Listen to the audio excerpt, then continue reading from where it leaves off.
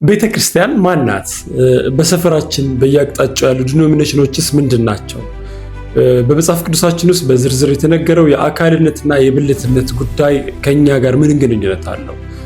ወዘተ የሚሉትን ሐሳቦች አንድ ክርስቲያን በደንብ በጥልቀት ማወቅ ይኖርበታል ብለን እናምናለን።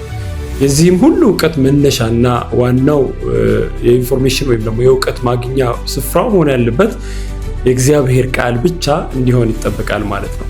በዚህ ዘመን ስትወዱም ወይም ሳትወዱ ራሳችሁን በየትኛውም ሁኔታ በጣም ፕሪዘርቭ ለማድረግ በምትሞክሩበት ሁኔታ ሁሉ ውስጥ በጣም እጅግ በጣም ለቁጥር የሚያዳክቱ ድምጾችን ከየአቅጣጫው መስማት ሳትወዱ በግዳችሁ የምትጋፈጡት ነገር ይሆናል ማለት ነው። ስለዚህ ዓለም በተለያየ አቅጣጫ ወደኛ በተለያየ መንገድ በተለይ ደግሞ በሶሻል ሚዲያው ከምትለቀው ድምጽ ጋር እኩል ምናልባትም ደግሞ ከዛ በበለጠ ሁኔታ የእግዚአብሔርን ድምጽ አጥርቶ መስማት በእጅጉ ደህንነታችንን ለማስጠበቅ የሚያስፈልገን በጣም መሰረታዊ ነገር እንደሆነ አምናለሁ። ምክንያቱም መጽሐፍ ቅዱስ እንደሚናገር መጋደላችን ከስጋና ከደም ጋር አይደለም፣ ነገር ግን ከዲያብሎስ ውሸት ጋር እንደሆነ ይሄውም በአእምሯችን ውስጥ ያለውን እግዚአብሔር በልባችን ውስጥ እንዲበራ ያለውን ያንን የእውቀት ብርሃን ወይም ደግሞ በክርስቶስ ፊት ላይ የበራውን የእውቀቱን ብርሃን እንዲጠፋ የማድረግ ሐሳብ ወይም በእግዚአብሔር ላይ ጥርጣሬ እንዲኖረን በእግዚአብሔር ላይ እምነት እንድናጣ የማድረግ ስራን የሚሰራበት አንዱ ዋነኛው መንገድ ይሄው አሁን የምንለው በዓለም ከተለያየ አቅጣጫ የምትረጨው የሶሻል ሚዲያውን ጨምሮ በተለያየ ሁኔታ ወደኛ የሚደርሱ እግዚአብሔር ላይ ጥርጣሬ እንዲፈጠርብን የሚያደርጉ ነገሮች ናቸው። በዚህ ዘመን ያለ ክርስቲያን በጣም በትልቁ የሚጋፈጠው አንድ ትልቅ ችግር ቢኖር የማንነት ቀውስ ተብሎ የሚባለው ነው ማለት ነው። ስለዚህ በትምህርት ነፋስ የሰማነው ሁሉ ወደ ግራና ወደ ቀኝ እንዳይወስደን በእግዚአብሔር ቃል ላይ የተመሰረተ ስር የሰደደ በጣም መሰረታዊ እውነት ያስፈልገናል። ጌታ ኢየሱስ በማቴዎስ ወንጌል ምዕራፍ 7 ላይ እንደተናገረ ቤቱን በአለት ላይ የመሰረተ ሰው እንዲህ ይመስላል ብሎ እኔ የምናገረውን ቃል የሰማ የያዘ በልብ ውስጥ የሰወረ ደግሞ የሚያደርገው እርሱ ቤቱን በአለት ላይ የመሰረተ ሰውን ይመስላል ብሎ አለ። ምክንያቱም ከዛ በኋላ ደግሞ ወጀብ መጣ፣ ጎርፍ መጣ፣ ነገር ግን የተመሰረተው ቤቱ በአለት ላይ ስለሆነ አልወደቀም ብሎ ይናገራል።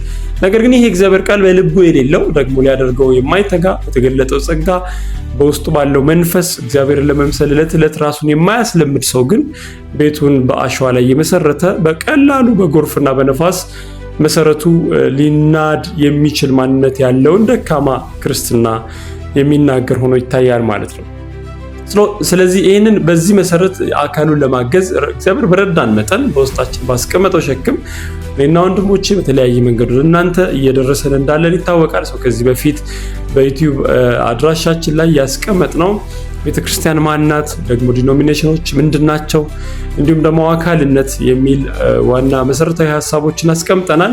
ሰኞ ከምሽቱ 3 ሰዓት ጀምሮ ላይቭ የቲክቶክ ፕሮግራማችን ላይ ከተወደዱ ወንድሞች ጋር ውይይትን እናደርጋለን። በዚህ ሳምንትም ደግሞ እግዚአብሔር ረድቶን የጸጋ ስጦታዎች ምንድናቸው በሚል ሐሳብ እንወያያለን። ስለዚህ ሁላችሁንም ሰኞ 3 ሰዓት ላይ እንድትገኙ ደግሞ በዛ ውስጥ ካለው ወንድሞች ጋር በሚኖረን ህብረት ውስጥ በሚደረግ ውይይት ውስጥ በእውነት አንዳች መሰረታዊ የሆነ የእግዚአብሔር እውነትን እንድትማሩ እንጋብዛችኋለን። ደግሞ በተከታታይነት እነዚህኑ መሰል ውይይቶች ወደ ዩቲዩብ አድራሻችን እየወሰድን የምንጭናቸው ስለሆነ በተከታታይነት እነዛን መልእክቶች ብትሰሟቸው በብዙ መልኩ እይታችሁን የሚያስተካክሉ በእግዚአብሔር ላይ ያላችሁን ፋውንዴሽን ያላችሁን መሰረት በብዙ የሚያጸኑ ሆነው እንደምታገኟቸው እንደምትታነጹባቸው እናምናለን። ስለዚህ ባዮችን ላይ ባለው የዩቲዩብ ሊንካችን ሄዳችሁ እነዚህ መልእክቶች እንድትከታተሏቸው እንዲሁም መሰል ሌሎች መልእክቶችን እዛ ቦታ ላይ ታገኛላችሁ። ሄዳችሁ እንድትሰሙ በጣም አበረታታችኋለሁ። ከቲክቶክ አጫጭር መልእክቶች የዘለለ ነገር ግን ቁጭ ብላችሁ በትዕግስት የምትሰሙት የዩቲዩብ መልእክቶችን ኤክስፒሪየንስ እንድታደርጉ በጣም በብዙ አበረታታችኋለሁ። ከዚህ ሁሉ በላይ ደግሞ ከመጽሐፍ ቅዱሳችሁ ጋር የግል የሆነ ጊዜ እንዲኖራችሁ ከመንፈስ ቅዱስ ጋር ህብረት እንድታደርጉ ከጌታችን ከኢየሱስ እግር ስር ቁጭ ብላችሁ እንድትማሩ በብዙ አበረታታችኋለሁ። ሁላችሁንም ሰኞ 3 ሰዓት እንጋብዛችኋለን። መታችሁ ጥያቄ መጠየቅ ትችላላችሁ። ያልገባችሁን ነገር ማንሳት ትችላላችሁ። ሐሳብ ቢኖራችሁ ገብታችሁ ሐሳባችሁን ማንሳት ትችላላችሁ። እኛ ሁላችን አካል እንሆን ዘንድ በፍቅር እንድንጋጠም ብልቶች ሆነናል። ከክርስቶስ ኢየሱስ በተወለድን ጊዜ ሁላችን ከዛ ከአንዱ መንፈስ ጠጥተናል። ሁላችን በዛ በአንዱ መንፈስ ተጠምቀናል እና የእግዚአብሔር ቤተሰቦች ሆነናል። ስለዚህ ህብረት እንድናደርግ እንጋብዛችኋለን። ጌታ ኢየሱስ ይባርካችሁ። ይህ መልእክት ለብዙዎች እንዲደርስ ብዙዎች ተጠቃሚዎች እንዲሆኑበት ሼር እንድታደርጉት፣ ኮፒ ሊክ እንድታደርጉት በጌታ ፍቅር አሳስባችኋለሁ። ጌታ ኢየሱስ ይባርካችሁ። ተባረኩ።